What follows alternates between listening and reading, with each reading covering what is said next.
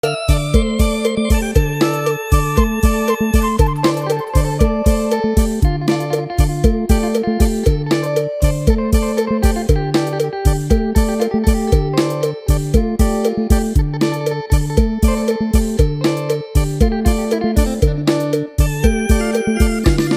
ากลื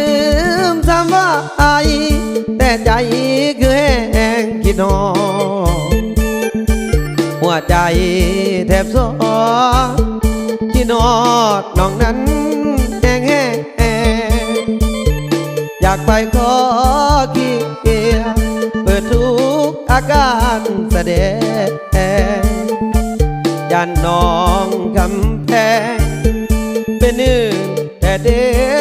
กวันจะอายผู้อยู่เต็มที่